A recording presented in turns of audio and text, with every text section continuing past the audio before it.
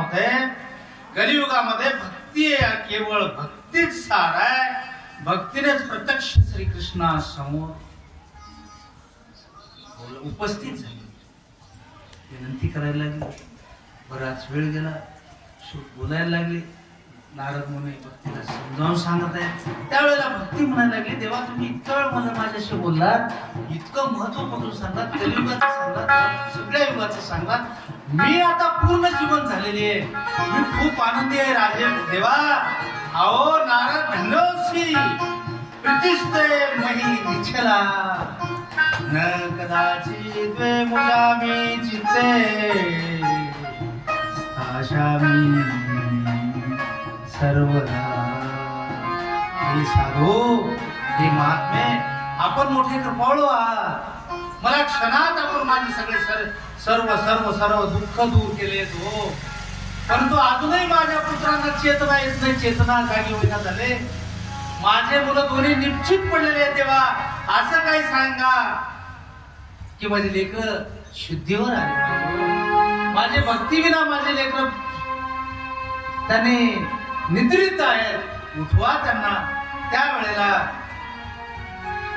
सूत सांगतात, मुखम संयोज करणाते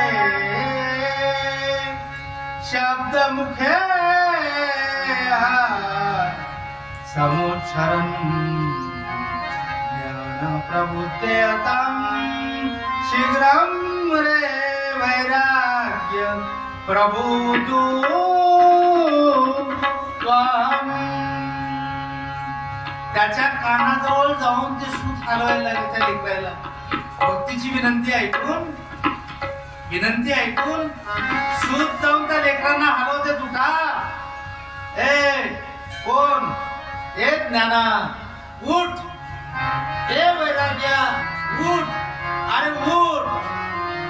नारद मुनी जोर जोराने तो सूत ओरडायला लागले. उठा जागी वारे आता स्मरण जागी वारे आता उठा जागी वारे आता स्मरण करा पंढरीनाथ स्मरण करा पंढरीनाथ हे भावे चरणी ठेवा माता हे भावे चरणी ठेवा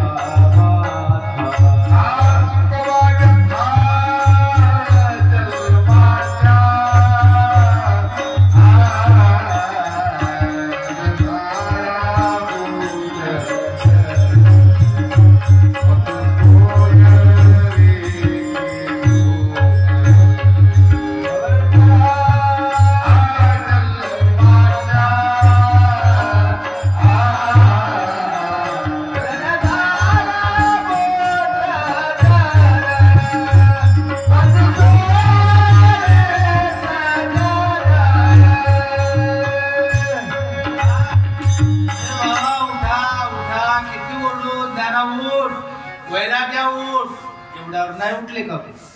नाही उठले. वैराग्य उठना, ज्ञानाय उठना.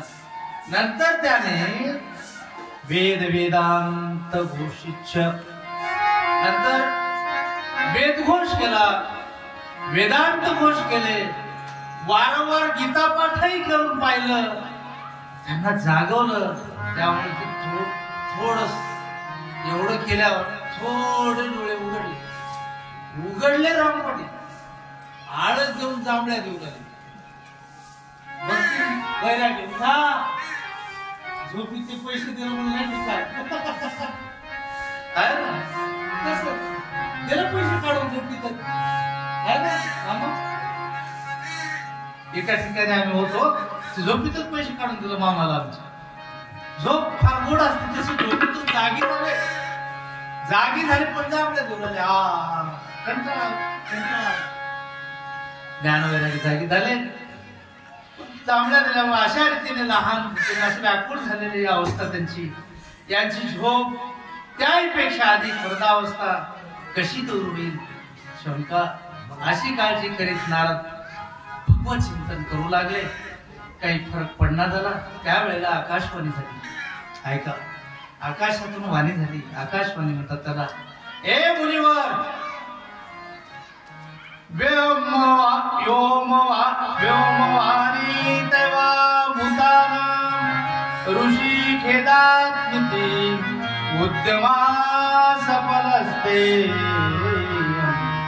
भविष्यति न संशयः. त्याच वेळी आकाशवाणी झाली, मुनिवर खेद करू नका, तुमचे हे प्रयत्न निश्चित सफल होतील. तुम्ही ज्या भक्तीला जागी केलंय, ज्ञान वैराग्य नक्की उठतील. आकाशातून आकाशवाणी झाली, काय करू? नारद मुनीने आकाशवाणी ऐकली. हे सत्कर्माचे अनुष्ठान करता क्षणीच त्यांची झोप आणि वृद्धावस्था नाहीशी होईल आणि सगळीकडे भक्तीचा प्रसार होईल. आकाशवाणी झाली आणि त्याच अनुषंगाने आमच्या केदारेश्वर भगवंताच्या ठिकाणी हे होत आहे. अशी आकाशवाणी झाल्यानंतर त्या नारद मुनीला काळजी, मला तर आजचा आश्चर्य वाटत आहे. आता तर माझा आशयच कळाला नाही की आकाशवाणी झाली, मला काही कळायलाच मार्ग नाही, कसं होईल? हा, कसं करू? आकाशवाणी झाली, मी कुठे जाऊ? मी भागवताला चाललो बाबा, तुम्ही सगळे आनंदानं माझी आशेनं वाट पाहत बसला. आमचे साहेब तर मारुतीराच्या पायरीवर बसले हो, पायरीवर बसले मारुतीराच्या. त्यांनी माझं स्वागताला उभा. तिथं आल्यानंतर आमचे गणपतीराव पाटील मला दादा 3-4 वेळा फोन केले. ते आपले पाटलांचं नाव काय आपण म्हटलं तर त्यांनी, हे सगळे तुम्ही सगळे दादा तर ऐकच ना, घरला जाऊन माझ्या यावंच लागेल. मी म्हटलं दादा भागवत सुरू करू आपण ना, आधी लगीन कोंडाण्याची आणि मग गेलो मी घरी, दूध घेऊन आलो. हे सगळं तुमचं प्रेम आहे. चला यानंतर मला नारद बोलायला लागले, मी काय करू? मला तर काही कळायला मार्ग नाही, मी कसं करू? हे संत कुठं भेटतील? त्याला काय साधन करावं लागेल? आकाशवाणी जे सांगितलं त्यानुसार आता मला काय केलं पाहिजे? असं सूत म्हणायला लागले. ज्ञान व वैराग्य या नाही ते सोडून नारद मुनी त्या ठिकाणाहून निघून गेले. दोघांना सोडून त्या ठिकाणाहून निघून गेले. महाराज जिथं रस्त्याने जात असताना विचारायचे, ते शाहीर मोहन भेटले, वेंकटराव भेटले, साधू मुनी मोठमोठे योगी तपस्वी रस्त्याने भेटायला लागले. त्यांना प्रत्येकाला विचारायला लागले की बाबा, वैराग्य आणि ज्ञान वैराग्य भक्ती हे सगळं बाजूला गेले तर काय करावं लागेल, जेणेकरून या मृत्यूच्या दाढामधून जर निसरण्याचा मार्ग आहे? मृत्यू तर येणार आहे, आलं लक्षात, पण मरावं कसं? मरावे परी कीर्ती रूपी उरावे. जात असताना असेच आमचा माझ्या लहानपणचा परिसर आहे. मला खूप आनंद वाटला आल्याला. मी दिवसा कधी आलोय नाही आहे ना. आल्यावर मला ती वाटलं मी इथे कांदे बिंदे लावले, इथून पाऊल रस्ता होता. ऐका अजून, हा ते माझा रस्ता आहे खेळायला आलेला. शाळेत असताना मला आनंद वाटला. हे मस्त डोंगराळ आमचे दादा भेटले, आनंद आहे. देवा, ह्याच अशा दर्याखोऱ्यामध्ये ऋषी मुनी साधू संत सगळे भेटायला लागले. त्यांनी सगळ्यांना विचारायचं, महाराज हे मुनीश्वर, मरण चुकवण्यासाठी असं काही आहे का? कोणतं साधन? जीवन मरणाच्या भाषातून बाजूला जाण्यासाठी मी एक साधन विचारतो. मरणापासून मुक्त होण्यासाठी असं काही साधन आहे? त्याची हे सर्वजण म्हणणं ऐकून घ्यायची, परंतु निश्चित उत्तर कोणाला देता येत नाही. जे ऋषी तपस्वी योगी महात्मे असे रस्त्याने भेटायचे, सगळ्यांना विचारायचं, सांगा काही साधन आहे? त्यांनी विचार करायचं. हे विचारायला कसल्या माणसाला कसले उत्तर दिलं तर चालते? जाणकार माणसाने जर प्रश्न विचारला त्याला काय उत्तर दिलं जाते? ते कोणी काय म्हणायचं, आपण बोलाव बाबा, मी बोलाव, पण कोणी उत्तर देत नव्हते. काय म्हणलं तर काय होते की तो कोण आहे? ब्रह्मदेवाचा मुलगा नारद मुनी. काही कोणी काही बोलत नव्हते. एक जण म्हणत होत हे अशक्य आहे, मरण चुकवणं अशक्य. दुसरं कोणी म्हणत होत याचे योग्य उत्तर मिळणं दुरापास्त आहे, शक्यच नाही. तर दुसरं काही जण म्हणत होत आगाऊ उत्तर देण्यापेक्षा गप्प बसलेलं बरं, कारण नारद मुनीला बोलायचं. हे सगळं त्रैलोक्यामध्ये आश्चर्यकारक असा आकार मानला. लोक एकमेकाशी कानाजवळ जाऊन कुजबुज करायला लागले. वेद पठन, वेद घोष आणि वारंवार गीता पठन करून सुद्धा ऐकून भक्ती, ज्ञान आणि वैराग्य यांना जाग आणता आली नाही. तर आमच्यासारख्या माणसानं काय बोलावं म्हणून गप्प बसायला लागले महाराज. परमयोगी नारद मुनीही त्याचे ज्ञान नाही. अशा बाबतीत आम्ही सामान्य लोकांचं काही या ठिकाणी काही सांगता येत नाही. अशा प्रकारे ज्या ज्या ठिकाणी ऋषीवर्यांना विचारले गेले त्याचा असाच निर्णय दिला गेला. ही गोष्ट असाध्य आहे. कदाचितांतुरः शोध मदरी वनमागत तपश्चरामि चात्रेदी तदर्थ कृतज्ञचिया. हेच कुणाला विचारून काही फायदा नाही. नारद मुनींना वाटलंय कुणाला विचारून काही नाही. सरळ सरळ सरळ नारद मुनी आपलं सोबत आहे ते विस्तार घेतलं आणि बद्रिकाश्रमामध्ये महाध्याने आपली यावेळी भेट झाली आणि त्याच वेळी नारदाने कोट्यावधी सूर्यासारखं तेज देवाची भेट होते. तेव्हा नारद चिंतातूर अवस्थेमध्ये बद्रीवनामध्ये आले. ज्ञान आणि वैराग्य यांना जाग आणण्यासाठी मी येथे तप करीन असा निश्चय केला. त्याच वेळी नारदांना समोर कोट्यावधी सूर्यासारखं तेज एक महात्मा संकादिक मुनी दिसले. त्यांना नमस्कार केला आणि विचारायला लागले मुनी श्रेष्ठ आहेत असं नारदाला म्हणायला लागले. त्यावेळेला नारद म्हणाले माझ्या महाभागानेच आपली भेट झाली. आता यावेळी भेट झाल्यानंतर नक्कीच माझा निरसन होईल कृपा करून. आणि नमस्कार केला. कुमारांनो ते संकादिक होते. 4 ब्रह्मदेवाची मुलं होते.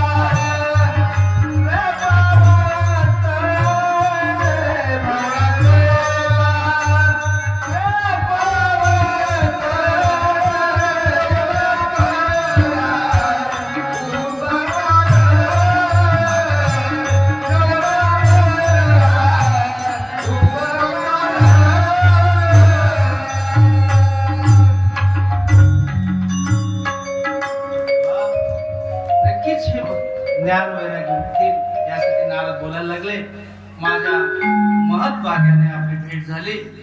कुमारांनो तुम्ही दिसताना 5-5 वर्षाचे दिसता पण मला नक्की खात्री आहे कृपा करून आपण ते मला साधन मला तातडीनं सांगा की मला आकाशवाणीने मला काही कळायला मार्ग नाही. आपण नेहमी वैकुंठ धामामध्ये राहता सदैव हरिकीर्तनामध्ये तत्पर राहता भगवंताच्या लीलामृताची पान करीत त्याचे तल्लीन होता आणि भगवंतता हाच आपल्या जीवनाचा एकमेव मार्ग आधार आहे. म्हणून श्री हरी शरणम हाच मंत्र आपल्या मुखात नेहमी असतो. असे म्हणून कालगतीने येणारी वृद्धावस्था आपल्याला बाधू शकत नाही.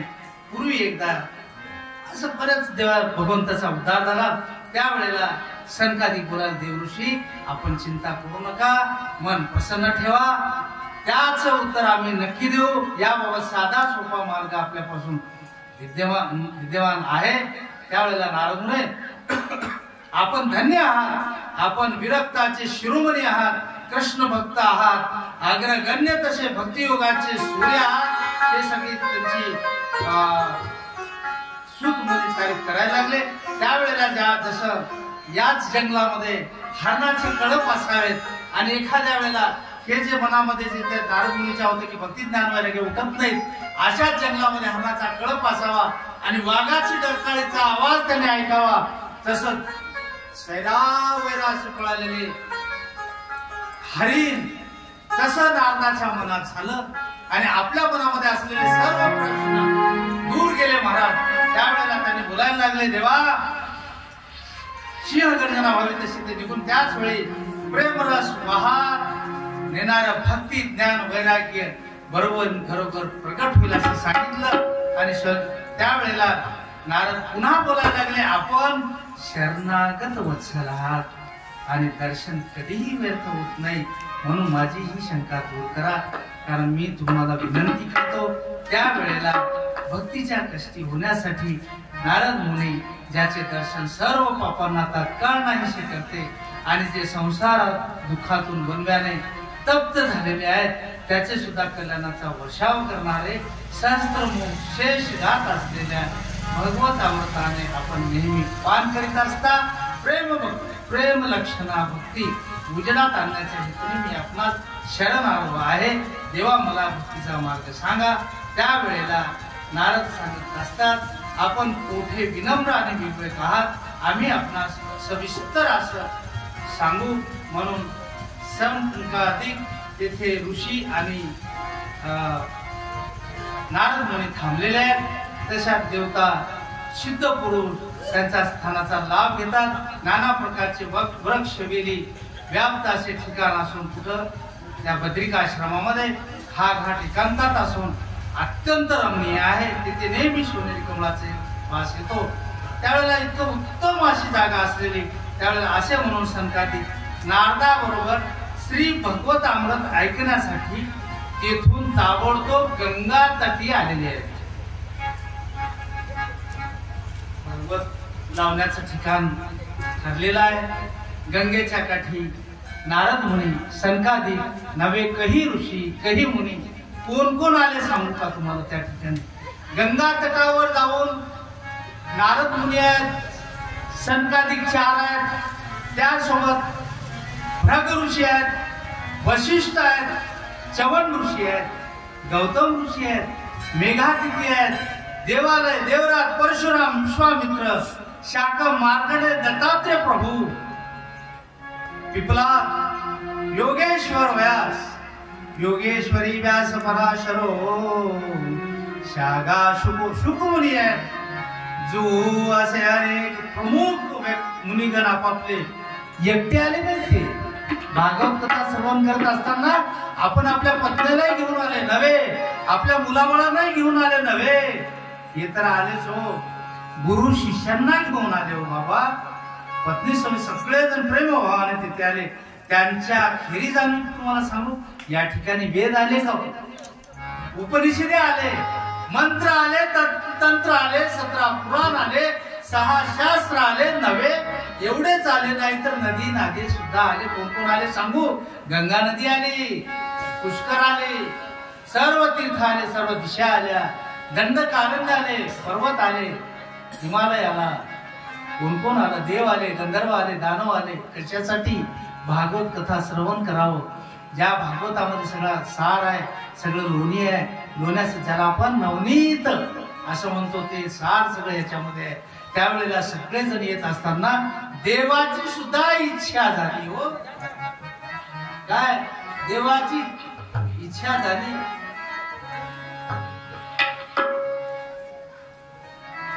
देवाची इच्छा नाही, वैकुंठातून देव यायला लागले. समजणारे ज्यांची महर्षी भृगू समजून सगळ्यांना समजूत घालून इथे आणलं आणि कृष्ण भक्ती ऐकण्यासाठी सगळे तत्पर झाले महाराज. अशा प्रकारे सर्वजण एकाग्र चित्ताने संकाधिक ऋषी मुनिवर नारदाला श्रीमद भगवताचे महात्म्य स्पष्ट करून सांगू लागले. शौनक संकाधिक म्हणायला लागले, आता तुम्ही आपल्याला या शुक शास्त्राचा महिमा सांगतो, त्याचा केवळ याच्याने फायदा होतो हो. या ग्रंथामध्ये 18,000 श्लोक आहेत, 12 स्कंद आहेत. जोपर्यंत एक क्षणभर का होईना या शुक शास्त्राची कथा काही पडत नाही, तोपर्यंत हा अज्ञानी जीव अज्ञानी जीव संसार चक्रातून भटकत राहणार, इकडे जर येणार नाही तर संसार चक्रामध्ये भटकत राहतो. की श्रुतेर भुवी शास्त्रो पुराणे ब्रह्मावहे एकम भगवतम शास्त्रम मुक्तिदाने. इतर अनेक शास्त्रे, अनेक पुराणे, अनेक काही आहे, त्यामुळे तर भ्रम उत्पन्न होईल. प्रत्येक शास्त्र तुम्ही वाचा त्यावेळेला एक ऐकलं की एक ऐकलं बघा तुम्ही बऱ्याच पोत्यामध्ये आहेत आता. हे जर वाचनावाने जर राहिलं, हे जर करणावाने राहिलं तर याचं ये होईल, त्याचं ते होईल. वाचलं मी खोटं नाही बोलणार, आलं का लक्षात. ते 11व्या अध्यायामध्ये मी वाचलं होतं ते श्रावण, मला वाचताना चांगलं वाटलं, पण हे खाली लिहिलेलं वाचल्यावर थोडं वाईट वाटलं. हे वाचना गेलास, हे करणं गेलास की असं होते, ते करणं गेल्यावर ते तसं. असं ह्या प्रत्येक पुराणामध्ये असं सांग आहे. म्हणून बाबा इतर पुराणांचे शास्त्रीय पुराणे ऐकून काही लाभ होणार, काय लाभ होणार. त्यामुळे तर भ्रम उत्पन्न होतो.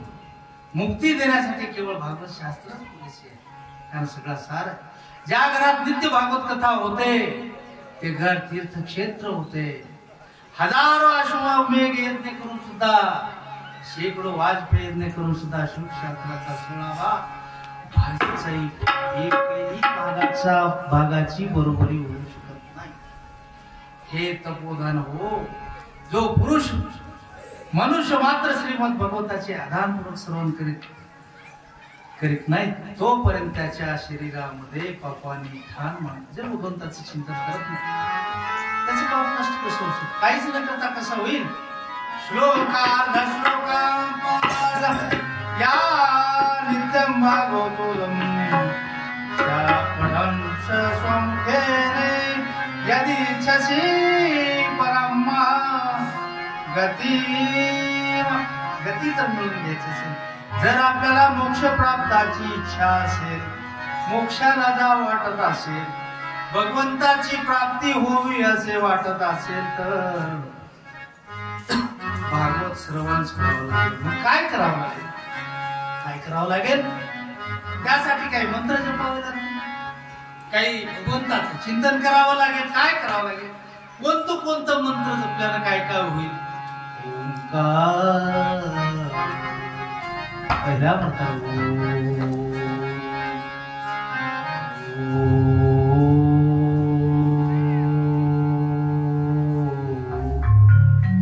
दुसरा गायत्री मंत्र. सगळ्या मंत्राचा सार, सगळ्या मंत्राचं उपनिषद, सगळ्या मंत्राची ताकद त्या गायत्री मंत्रात आहे. ओम भूर्भुवः ओम तत्सम वर्तुर्वरेण्यं भर्गो देवस्य धीमहि धियो यो नः प्रचोदयात्. गायत्री मंत्र पुरुष सूक्त आहे, तिन्ही वेद आहे. श्रीमद भागवत. ओम नमो भगवते वासुदेवाय. ओम नमो भगवते वासुदेवाय. द्वादश अक्षरी मंत्र आहे. सूर्य भगवानाचा मंत्र आहे. प्रयाग आहे. हे सगळं वसंत ऋतू आहे. भगवान पुरुषोत्तम या सर्वांचा बुद्धिमान लोकतत्वता साधन आहे. म्हणून बाबा हो, देव एवढा मोठा आहे, एवढा मोठा आहे, एवढा मोठा आहे. कलियुगामध्ये पुष्कळ दिवसानंतर चित्तवृत्ती ताब्यात ठेवणे, नियमाला बांधील राहणे आणि केवळ एखाद्याचं पुण्यकर्माला वाटून घेणे अवघड असल्याने 7 दिवसातच हे भागवत कार्य पार करावं लागतं. त्याचं कारण कलियुगामध्ये कुणाला वेळ नाही, कुणाला फुरसत नाही. जेवढं होईल तेवढं शक्य. आम्ही कालच ह्या विषयावर आमचे शाहीर मोहम्मद दवाखान्यामध्ये बोललो आहे ना. तर हे फळ तप, योग आणि समाधीमुळे मिळत नाही. ते संपूर्ण फळ सप्ताह श्रवणाने जगदातलं प्राप्त होते. त्याच्यामध्ये प्राप्त होते. सप्ताह श्रवण, यज्ञ, व्रत, तप, तीर्थधाम, योग, ध्यान आणि ज्ञान या सर्वापेक्षा श्रेष्ठ आहे. हो, या विशिष्ट यज्ञार्दजन सप्ताह तपाहो गर्जती व्रतात तपस्सो गर्जती.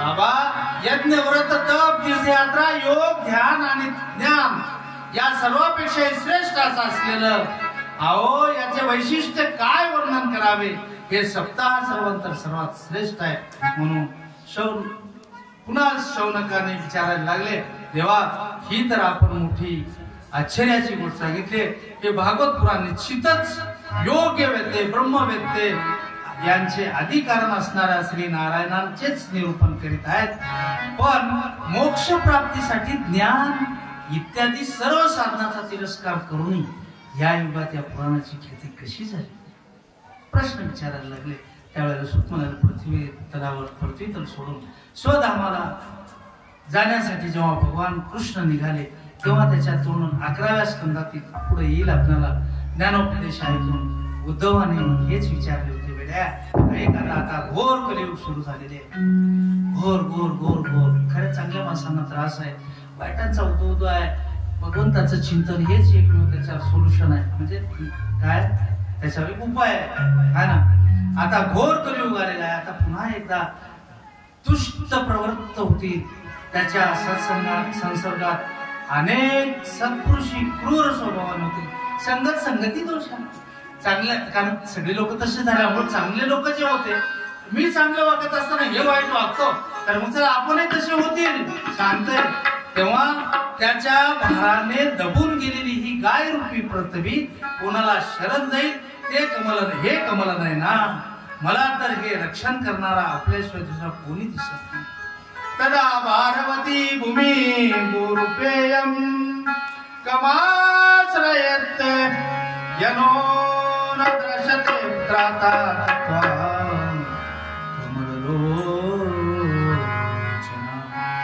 भक्तवत्सला साधू पुरुषावर कृपा करा आणि येथून जाऊ नका भगवान आपण निराकार आणि चिन्मय असून भक्तासाठी सगुण रूप धारण केले देवा सांगा मी काय करू भगवताच्या मायेपासून सुटका होणे जिथे देवतांनाही अवघड आहे तेथे मनुष्याची सुटका कशी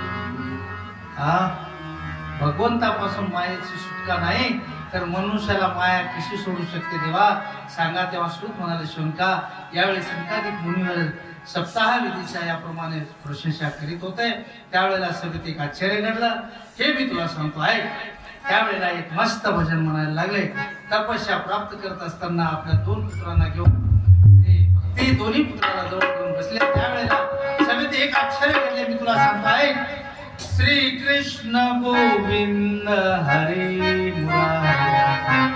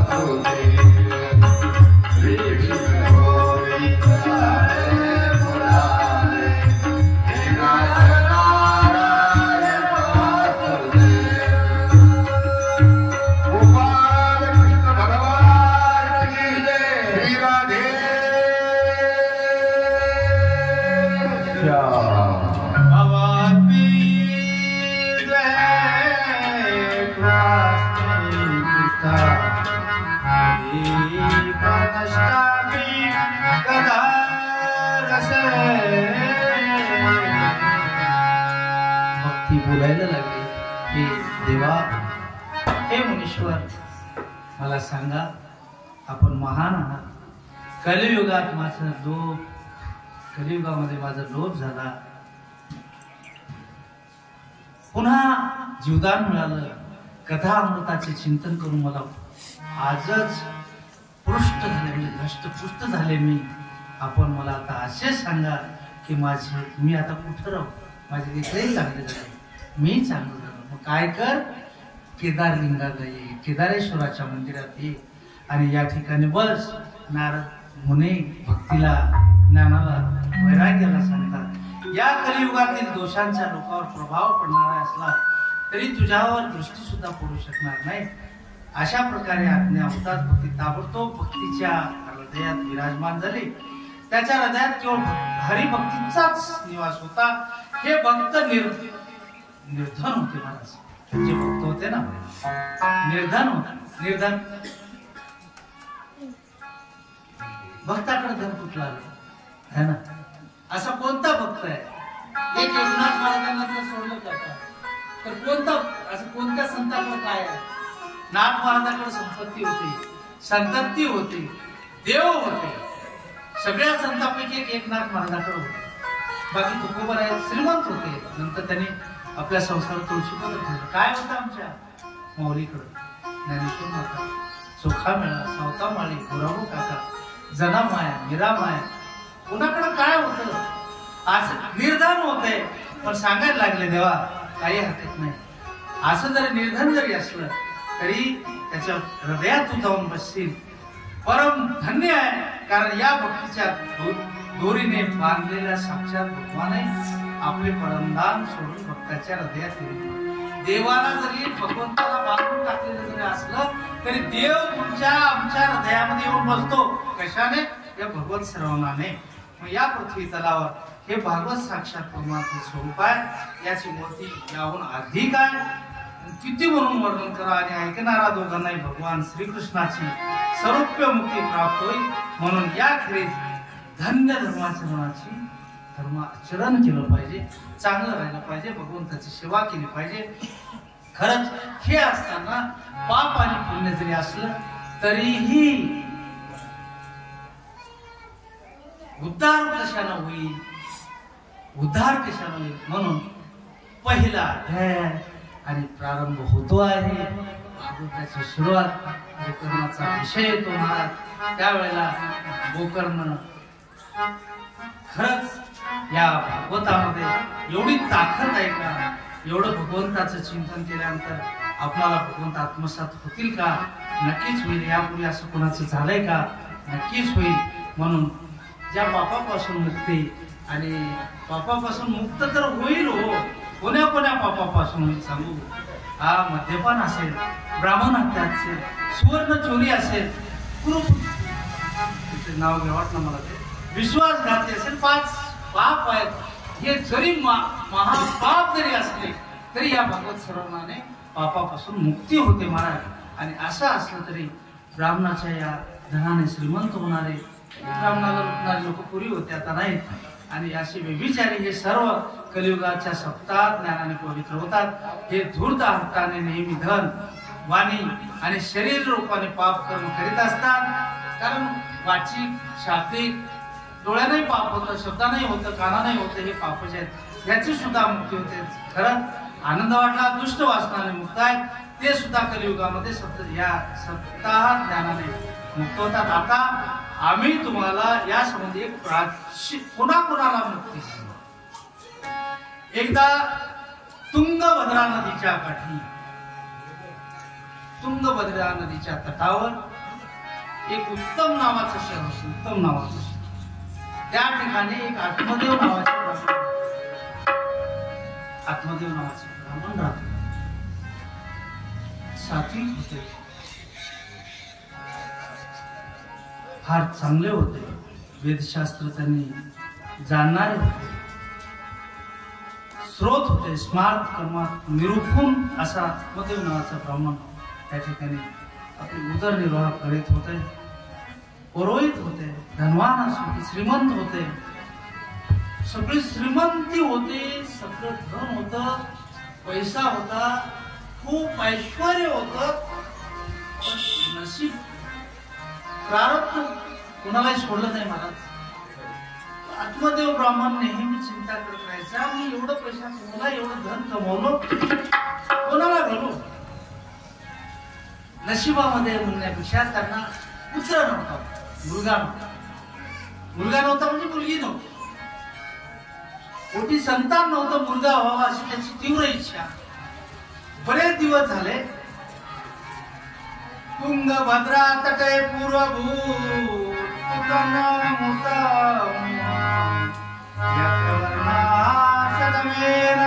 सत्य सत्कर्म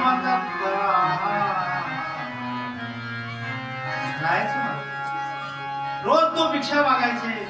भिक्षा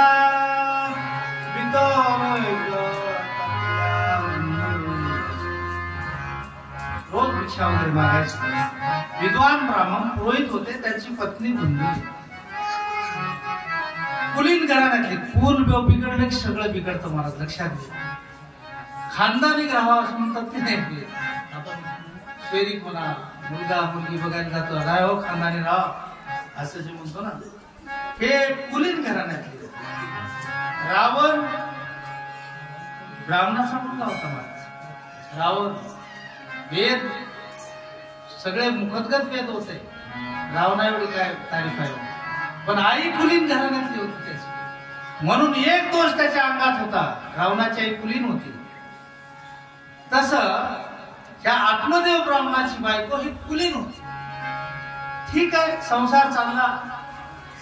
पण गावातून असं बाहेर निघालं, माय तुम्हाला एक विनंती आहे, मूल बाळ होणं ही आपल्या हातातली गोष्ट नाही. कुणाला एकदा कदाचित नसलं तर सांगा, राय ना, एवढं मनाला लावून घ्यायचं नाही. आणि सध्याचा तर काळ असा मस्त आहे, लेकरबाळ नाही झालं तर लय आनंद. हा, फार आनंद आहे की नवरा नाही झालं तर बरं. ते पहिल्याच्या काळात म्हणत होते निपुत्रिक आहे, काय ते निपुत्रिकाचं तोंड बघू नये असं म्हणत होते पहिलं. आता ज्याला आहे किती फरक आहे सांगतो तुम्हाला. तसं हा आत्मदेव ब्राह्मण घराच्या बाहेर पडला की सगळे जण म्हणायचे निपुत्रिकाचं तोंड. ते सकाळी सकाळी आलं, सकाळी सकाळी आम्हाला दर्शन झालं म्हणून ते लोक नाराज व्हायचे, म्हणून लोक तोंड फिरून जायचे. त्याला वाईट वाटायचे, कोणाला वाईट वाटत. ते विस्मूड व्हायचे, घरी जायचे, घरी बसायचे, पुन्हा बाहेर जायचे, पुन्हा निघून जायचे. एक दिवस असा उजाडला की बस जगून काय आपलं जीवन संपवलेलं बरं म्हणून अरण्य डोंगरामध्ये एक दिवशी पत्नीला न सांगता आपलं पाठीवर थोडस पांघरून घेतलं कांद्यावर आणि जंगलामध्ये वनामध्ये फिरायला गेलं. तलाव होतं, तलावाच्या जवळ गेलं. महाराज आपलं जीवन संपून टाका, निपुत्रिकाचं काय निपुत्री कशाला म्हणावं एक सांगतो. निपुत्री कशाला म्हणतात एक व्याख्या सांगतो, लक्षपूर्वक आहे. ज्याला भगवंतानी ऐश्वर्य दिलंय, सगळं दिलंय, सगळं पैसा दिला, अडका दिला, लेकर दिले, बायका दिले, सगळं नातं दिलं, मान दिला, सन्मान दिला, सगळं देऊन जर एवढं देऊन सुद्धा तो जर ह्या मंडपामध्ये येण्यास नकार देत असेल तर तो खरा पुत्रही नाही, निपुत्री काय. शास्त्र सांगते मी नाही, उगं लेकर झाले नाही म्हणून निपुत्री कशाला म्हणायची. आणि जनतेचं काय दिवाला. अहो ऐका काका पाटील साहेब, ज्याला लेकरू बाळ झालं नाही ते 2-3 वर्ष रडते, ज्याला झालंच नाही त्याला झालं नाही ते 2-3 वर्ष रडते. आणि समजा दैवयोगानं मुलगा झाला आणि तो मेला, 4-5 वर्ष रडते है ना. झाला आणि मेला ते 4-5 वर्ष, झालं नाही ते 3-4 वर्ष रडते. आणि होऊन गेलं ते 4-5 वर्ष रडते. आणि ज्याला 3-4 लेकर झाले आणि ते जर चांगले जर निर्णय गेले आयुष्यभर रडते. म्हणून म्हणालो लेकर बाळ नाही झाले तरी आनंद. हा काही तेवढं मनाला वाटून घ्यायची गरज. महाराज आत्मदेव ब्राह्मण निघून गेले म्हणा. आणि बस जगण्यात काय पण योग कर्मधर्म संयोग केदारनाथाची कृपा झाली. ह्याच माळाने असं जात असताना तळ आहे, छोटं तळ आहे, मला माहित आहे. आता गेलो नाही या 50 वर्षात. लहान असताना त्या तळ्याच्या काठी एक महात्मा आला मला, एक ऋषीमुनी आले आणि त्याची भेट झाली. नमस्कार केला. नमस्कार. कुठे निघाला? काय नाही देवा, असं निघालो. उदास दिसता तुम्ही. संन्यासाला सांगावं लागलं. त्या आत्मदेव ब्राह्मणाकडे पाहिलं, आत्मदेवाकडे पाहिलं, तुम्ही खिन्न. ज्यावेळेला माणसाचं ओरिजिनल दुःख त्याने ओळखते आणि ज्या वेळेला तो माणूस बोलायला लागतो त्यावेळेला त्याचा उकळी मावल. तो आत्मदेव रडायला लागला, धड धड धड धड रडायला लागला. म्हणजे महाराज बस माझी शेवटची वेळ आहे आणि मी निघालो जीवाला कंटाळून. का का का निघालो तुम्ही? यती महाराज रडायला लागला, धड धड धड धड रडायला लागला. तुझ्या दुःखाचं कारण तर सांग. त्या आत्मदेवाला कथम रोदिशी विभ्रतम काते चिंता बलियसी तदा त्वं सत्वर महान शाश्व दुःखस्य कारणम. अरे कारण तर सांग. रडतो कशाला बाबा? रडू नको, तू कारण सांग. तू महात्मा विचारायला लागला. त्यावेळेला सांगायला लागले, हे ती महाराज, मी माझ्या पूर्वजन्मीचा साठलेला पापामुळे प्राप्त झालेला दुःखाचे कसे वर्णन करू? माझं पूर्व संचित आहे. माझं पापाचं बळ खूप आहे मागेल्या जन्माचं. मी काय सांगू तुम्हाला? अरे सांग तर सांग. माझे पितर मी जे तर्पणासाठी पाणी जातो, तर्पण करतो आपण पितराच्या दिवशी पाणी सोडतो ना, काव काव काव म्हणतो ना, पाणी सोडतो ते. हा, चिंता दूर आहे. काय तर्पणासाठी पाणी देतो ते स्वतःच्या चिंतायुक्त संस्कार, ते जे पाणी निघतं त्याचा शुष्कार जो निघतो ते गरम गरम गरम गरम निघतो. महाराज काय सांग, तेच पितात. माझे पित्र इतके दुःखी आहेत, ते माझे इतकं पाप आहे. देवता आणि ब्राह्मण मी दिलेल्या दानाला प्रसन्न चित्ताने स्वीकार करत नाही. कथन सांगायला का मी निपुत्रिक आहे. त्यानं डायरेक्ट निपुत्रिक आहे म्हणून सांगणं झालंय. इथून पट्टा लावला मला. आता आंबाडे विसरले पट्टे नाही ना, पट्ट्याला पट्टा म्हणत होते, आता रेडीमेड आहे का? काय सांगू महाराज? अहो पित्र माझे ते गरम गरम पाण्यानं पाणी पितात नव्हे. देवी देवता दिलेल्या दानाला प्रसन्न चित्ताने स्वीकार करत नाही. निपुत्रिकाचं धन आहे असं म्हणतात. संतान नसल्यामुळे इतका दुःखी झालो आहे. मला सर्व सुन सुन सुन सुन वाटतं. काय करून काय करायचंय असं वाटतं मला. कसं करू? दिग्विजित प्रजाहीन दीर्घुणाच्या प्रजा विना दिग्नून चाणक्य पुतस्य विपुल संतनी. चिंताहीन जीवनाचा कार असो महाराज माझ्या जीवनाचा. काय जगण्याचा अर्थ आहे? लेकरू नाही म्हणलं काय करता सोनं पैसा आहे, अडका आहे, सगळं आहे महाराज. मी काय करू याला? मी ज्या गाईच आहो एवढंच कुठलं आले.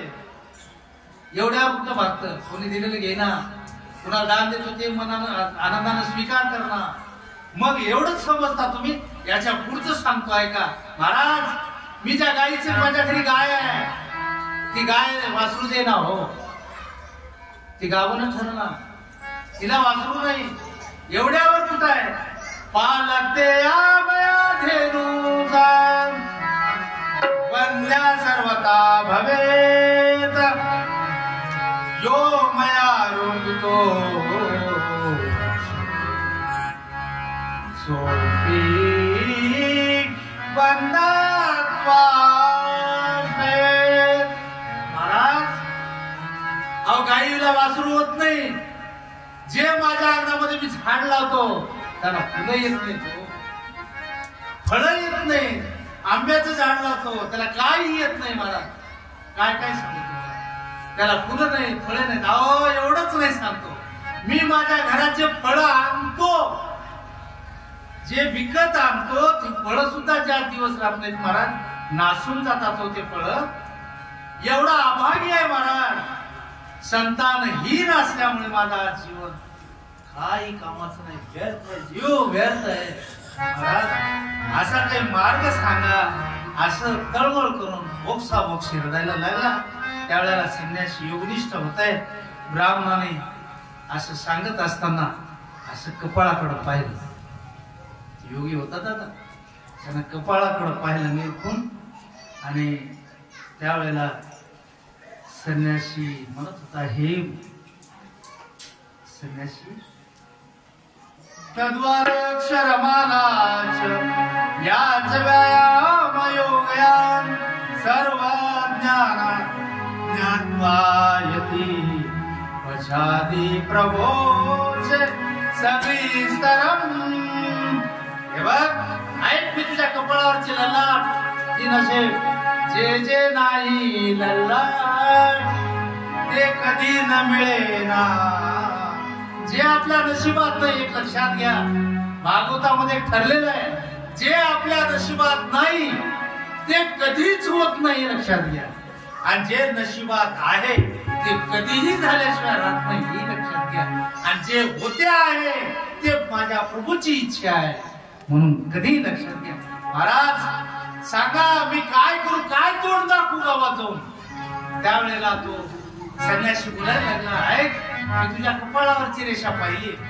अरे वेड्या, संतान प्राप्तीचा, अरे तुला काय सांगू या संतान लेकराचं, हे संतान प्राप्तीचा मोह सोडून दे. कर्मगती मोठी फार प्रबळ आहे, फार प्रबळ आहे. येड्या, कशाचे लेकरन कशाचे बाळ लावला. विवेकाचा आश्रय घे, ज्ञानाचा आश्रय घे. भक्ती महाराजात माझ्या केदारेश्वराजवळ बस, रात्र दिवस इथं बस, तुला कधीही आयुष्यात कमी पडणार नाही. सांगायला लागलं कोण गोड कुठं वाटतं. हे संसाराची वासना सोडून दे. हे विप्र प्रवरा, ऐक मी तुझे प्रारब्ध जाणले आहे. या पुढील 7 या जन्मात कुठं आले हो, या जन्मात नाही बेड्या, या जन्मात नाही रे, या जन्मात. शृणु विप्रमया ते प्रारब्ध तू विलोकितम सप्त जन्मावधीतम पुत्रो नैवच्च नैवच्च. 2 वेळा म्हणलं महाराज, 2 वेळा नैवच्च नैवच्च. श्रुत विप्र, अरे ऐक मी तुझं प्रारब्ध जाणलोय. यापुढे 7 जन्मात तुझ्या नशिबामध्ये पुत्र प्राप्ती नाही. त्यावेळेला महाराज धडधड आरडायला लागलं. आणि असं म्हणत असताना काय करावं. आणि पुन्हा त्या संन्यासी सांगायला लागला, अरे या जन्मात तर नाही, 7 जन्मात तर नाही. पूर्वी राजा असेल, आता उदाहरण द्यायला लागलं. रडणाऱ्याची समजूत काढायची तर त्याला काय ते समजूतच काढावं लागल ना. हे असं नाही बेटा, हे असं म्हणलं असेल, हे तसं म्हणलं. आपण जशी समजूत काढतो तसं तो संन्यासी त्या ब्राह्मणाची समजूत काढायला लागला. हे बघ ऐक ऐक, हे बघ, अरे सगर राजा होता, असाच मोह धरला. पूर्वी राजा सगर आणि वागन यांना मुलामुळे दुःख प्राप्त भोगावं लागलंय ना. हे ब्राह्मणा, तू आता संसाराची आशा सोडून दे. संन्यास तू आता आम्ही संन्यासी आहेत, चल संन्यासी होय. आणि कशाचं लेकरून कशाचं बाळ आलं. त्यावेळेला त्याला वाटलं, त्या ब्राह्मणाला वाटलं याला लेकरू बाळ नाही, हा आहे संन्यासी आणि मलाही आपलं संन्यासी करतो. देवा, ज्या पुत्र प्राप्तीची इच्छा केलास राजा, लक्षात घे. अरे पत्नी त्यादी सुख नाही, असा संन्यास सर्व थैम निरस आहे. लोकाचारात पुत्राची भरलेली काय पुत्र पौत्र समत मिनता. सगळं हे नश्वर आहे, हे सगळं भारावलेला ग्रस्त आश्रम आहे. म्हणून एकच संन्यास घे आणि तू माझ्या सोबत. यामध्ये पुत्र पत्नी आणि इत्यादी मुख नाही, असा संन्यास सर्व थैम निरस आहे. लोकाचारात पुत्र प्राप्ती भरलेला ग्रस्त आश्रमच श्रेष्ठ आहे. तू मरू नको, तू घरी जा, तू बायको सोबत संसार करत राह. तू संन्यासून एखाद्याचे प्रयत्न दैव असे उठून पाडते, त्याप्रमाणे तुला सुद्धा पुत्रापासून सुख मिळणार नाही. तू मोठ्या हट्टाने माझ्या समोर याचक म्हणून आलास, उवायस, पण या परिस्थितीत मी तुला काहीही सांगू शकत नाही. एवढं म्हणल्यावर संन्यासाचं ऐकून घेतलं. महाराज, मी आधीच तयारीमध्ये गावातून निघालो होतो. तुम्ही इतकं मला ज्ञान द्यालात, लेखोबाळ असं राहते, ते तसं राहते, हे असं राहते. आता मी ठरून आलेला आहे, मी माझं जीवन संपून टाकण्यासाठी घरून निघालो.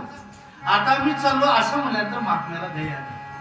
आणि त्यावेळेला तो महात्मा असं सांगत असताना दया आल्यानंतर काय झालं, तस्याग्रस्तं समालोक्यं फलमेकं सदत्तवान् इदं भक्ष्यं पत्न्यातुं तथा पुत्रो भविष्यति.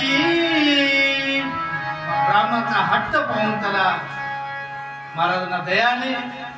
आपल्या जवळ एक फळ होतं, ते फळ त्याच्या हातात दिलं. त्याला सांगितलं, फळ तू आपल्या पत्नीस खावायला दे, त्या योगे तिला एक पुत्र होईल. तुझ्या पुत्रा हे फळ घे, तुझ्या पत्नीने 1 वर्षभर एक पथ्य बाळगलं पाहिजे.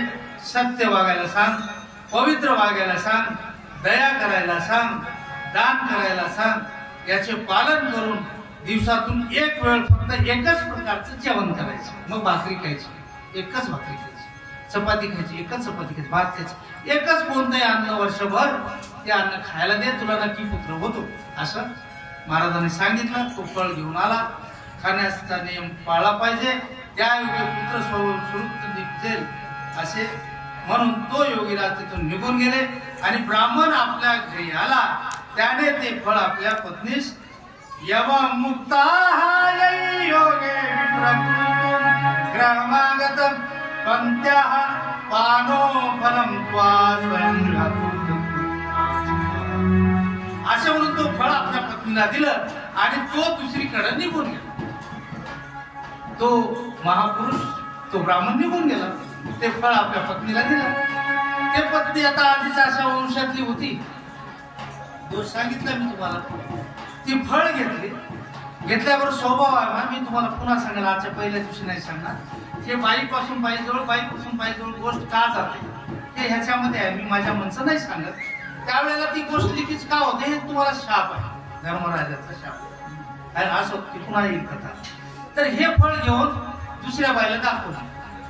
त्या शेजारणीला सांगितलं, अगं दीदी, हे माझी मैत्रिणी नाव घेऊन म्हणले असेल काहीतरी, हे माझ्या नवऱ्यानं फळ आणले आणि फळ मला खा म्हणून सांगितलंय. जर मी फळ खाल्लो तर मी नक्की गर्भवती राहील, मला मुलगा होणार आहे. तशी कपटी स्वभावाची होती. त्याची पत्नी कपटी स्वभावाची होती. रडत रडत ती आपल्या सखीला म्हणायला लागली, नुसतं तर कुठं म्हणाली. हे ब्राह्मण एवढा परेशान, सुदेव आणि हिदास रडू रडू सांगाली, मला तर मोठी काळजी लागली बाई, मी फळ खाणार. आता काय होणार त्याचं आता वैभव सांगायला लागली. 9 महिन्याचं वैभव. ते गर्भ माझ्या पोटात राहणार, त्यामुळं माझं पोट मोठं मोठं होणार हा ना. मग मला काही खाता पिता येणार नाही. नसलेल्या कल्पना. मी पुन्हा अशक्त होणार. जसे जसे दिवस येतात, जवळ येतात डिलिव्हरीची, त्यावेळेला अशक्त होईल. हे असं होणार. अशा स्थितीत मला माझ्या घरचं घरकाम कसं करता येईल असं त्या सखीला म्हणजे मैत्रिणीला बोलायला लागले. बरं एवढ्यावरच कुठं थांबते. आणि दैवशात जर गावात चोराची धाड पडली तर बघा कल्पना कशी असते. समजा गावात चोर आहे आणि माझा 9वा महिना चालू आहे, माझं पोट मोठं झालंय आणि चोर जर मागे लागले तर पळून कशी जाऊ. आता गंगावरून डोळे झाकून चाललं सगळं फालतू पण आहे की नाही. म्हणजे किती हलकट, किती बुद्धी हलकट आहे ना. जर चोर आले, माझं पोट मोठं झालं, मी कशी पळू. आणि आता तुला पळणं होते का. कल्पना आहे. चला ठीक आहे. याशिवाय परिस्थितीच्या वेदनात आता एवढ्यावर कुठं भागलं. समजा बाळपणाच्या वेळेला जर ज्या वेळेला किती त्रास होतोय, मी पाहिलं, हिचं पाहिलं, तिचं पाहिलं, किती त्रास होते माय, आता हे मला कसं सहन होईल. मी तर इतकी नाजूक आहे असं सांगायला लागले. हे सर्व कसे सहन करू. बरं एवढ्यावर नाही. मी जर आश्चर्य झाले, मी फार किती दुष्ट होती बघा, मग माझी तब्येत फारच गळून गेली तर माझी ननद येईल माझी बाळंतपण करायला, येईल ना. पूर्वीच्या काळात नंदा यायचे, आता दवाखान्यात जाण्यात का भाऊजाचं बाळंतपण करायला नंदा यायचे. आणि ननद माझ्या घरी येईल आणि असलेलं माझ्या घरातलं जर हिनं मी अशक्त म्हणून झोपून राहील आणि ननद घरातलं सगळं घेऊन गेली तर कसं करू. कल्पना करायला लागली मला. हे सगळं लालने पालने दुःखम प्रसुतया वर्तते वदनावा विधवा नारी सुखेनी जेती मे मध्या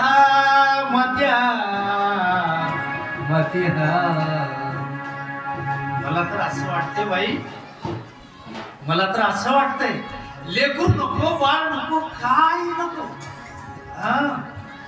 मला असं वाटतंय स्त्री मुलाला जन्म देते, तिला तर लालन पालन करण्याचे अतिशय कष्ट लागतात.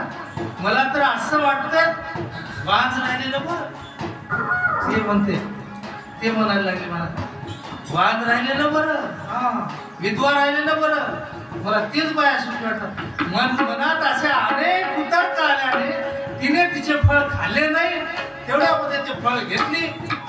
गावात बहीण होती, या काठाला हे बहीण, त्या काठाला ते बहीण, ते फळ घेतली पदरामध्ये असं आडवं घेतली, आडवं घेऊन त्या बहिणीच्या घरी गेली. ती बहीण महाराज, ते बहीण गर्भवती होती. निवांत बसल्या बसल्या हळून किस्सा आपला सांगितला. अगं तुझे भाऊजी काल ते जंगलामध्ये गेले, कुठलं तरी ते संन्यासी भेटले, गेल्यानंतर त्याने एक फळ दिलं, ते फळ खाल्ल्यानंतर तुला पोरग होईल असं त्याने सांगितलं. ते फळ आणून मला दिलं आणि ते फळ घेऊन मी सांगलो. आता हे एवढं मोठं त्रास मला कसं समजणार. बहिणीची आयडिया, आई हे फळ काम कशाला म्हणतेस, ते फळ एक काम कर, ते फळ राहू दे, आता राहू दे, तू गप्प बस, फळ खाऊ नको. आणि मी आता गर्भवती आहे, तू एक काम कर, उद्यापासून दररोज एक चिंदू घ्यायचं, एक एक एक एक दिवसात वाढू, चिंध्या वाढवणे वाढविले दररोज चिंदी वाढव, महिन्याने एक एक चिंदी वाढव महाराज. आणि असं तुझं पोट फक्त लोकांना दिसू दे. सगळे म्हणतील नाही आत्मदेवाची बायको गरोदर आहे, आत्मदेवाला मुलगा होतो आहे, हे सगळ्यांना आनंद होईल. आणि एके दिवशी मी बाळंतीण झाल्यावर माझा मुलगा तुला, माझं बाळ तुला आणून देईल, तू ते चिंध्या काढून फेकून दे. झाले महाराज. बरं हे झालं, हे फळ काय करू, इकडं तिकडं टाकू नको. घरी तुझी गाय आहे, ती वाज आहे, परीक्षा घ्यायला हरकत नाही. ते फळ घेतली आणि ते गाईला खाऊ घातलं महाराज. दिवसेंदिवस चिंध्या घडायला लागली, मिरवण्यामध्ये पोट वाढायला लागलं. एके दिवशी 9 महिने दिवस झाले, बहीण बाळंतीण झाली. हळून कल्पना दिली मी बाळंतीण झाले. त्यावेळेला चिंध्या काढल्या आणि महाराज त्या बाईने बाळंतीण झाल्याबरोबर छोटं बाळ आपल्या बहिणीच्या घरी आणून दिले आणि ही त्याचं लालन पालन 2-4 दिवस केली. दूध वगैरे इकडचं तिकडलं पाठवलं आणि एके दिवशी म्हणायला लागले, अहो आपला मुलगा झाला. सगळ्यांना आनंद झाला, गावभर आनंद झाला महाराज, गावभर. ज्या वेळेला आत्मदेव ब्राह्मणांना आनंद झाला, आता सगळ्यांनाच आनंद होतो. म्हणजे मुलगा असो मुलगी असो, हे सगळ्यांनाच आनंद होतो. तशा पद्धतीनं मुलगा झाला आणि त्यावेळेला आत्मदेव ब्राह्मण महाराज सगळं वाटायला लागले. ते घरी धन होत, घरी खूप धन होत, धन वाटायला लागले, साखर वाटायला लागले, गुळ वाटायला लागले. योगायोगानं सगळं वाटत असताना थांबून एकांतवासात आत्मदेवाला बोलायला लागले. धुंदली, आत्मदेवाच्या बायकोचं नाव धुंदली. त्यावरात एक 7-8 दिवस झाले. एवढं सुंदर बाळ आपल्याला जन्माला आलंय आणि हे बाळ एवढं कोमल असून सुद्धा त्याच्या आईला घेऊन नाही, किती दुर्भाग्य आहे. हे काम करू, माझी बहीण बाळंतीण झाली, तिचं लेकरू होऊन मेलंय. माझ्या बहिणीला लेकरू होऊन मेलं माझं आपलं बाळ तिला देऊन का? आपलं बाळ चांगलं होते, फिरते आत्मदेव ब्राह्मण चांगले माणूस होतो, मला चांगल्या विचाराचे होते. ठीक आहे, हे बाळ त्याच्या आईला घेऊन गेलं, नाही तर तिला घेऊन घरी आणून, मेवणीलाच घरी आणून ठेवलं. फक्त तिचं एवढंच काम, खाणे आणि आपल्या बाळाला दूध पाजवणं. फक्त हिचं म्हणून म्हणणे एवढ्यासाठी त्याच्या बहिणीला आणलं. चला, लहानाचा मोठा झाला, बरेच दिवस गेले. बरेच दिवसानंतर त्याचं नामकरण झालं. बारस त्या बारशामध्ये त्याचं नाव ठेवण्यात आलं धुंदुकारी, हिचं नाव. आणि बाळ जन्माला आला म्हणून उसणं आणलेलं बाळ, न तिचं तर नाही ना, उसणंच आहे. त्याचं नाव ठेवलं धुंदुकारी. धुंदुकारी. 2 महिने गेले, 3 महिने गेले. 3 महिन्यानंतर गाय मिळाली. तिने पूर्ण शरीर पुरुषाचं महाराज, कान फक्त गायीसारखे. आत्मदेव ब्राह्मण आनंदी झाले. घरात 1 पुत्र होता, 2 पुत्र झाले. गायी नाही मला मुलगा दिला. आनंद झाला. सगळ्या गावभर चर्चा, सगळे गाव तारीफ करायला लागले. सगळं गाव पाहायला यायला लागलं. काय माणसाचा जन्म दिलाय, गायीनं माणसाचा जन्म दिलाय. कान गायीच्या कानासारखी आहेत महाराज. त्याही गाय लेकराचं नामकरण करण्यात आलं. त्याचं नाव ठेवलं गोकर्ण. दिवसेंदिवस दोघे भाऊ, हा भाऊ आणि तो भाऊ लहानाचे मोठे झाले. हा म्हणजे जवान झाले, तरुणपणामध्ये आले, पण गुण वेगळे वेगळे.